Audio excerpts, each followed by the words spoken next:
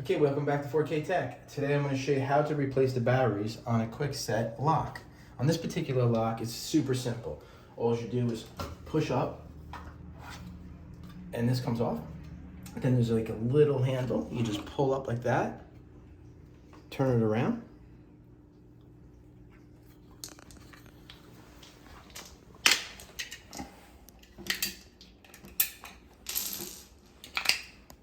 Put the new batteries in like that.